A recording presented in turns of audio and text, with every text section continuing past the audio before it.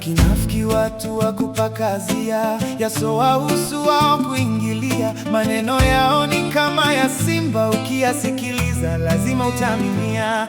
Wanoknok waze kusingizia, mademu wa watu washikaji wanawarukia. Kumbe ni waongo, wao wenyewe ndio wanawatokea. Ni usawa wa ukweli na uwazi.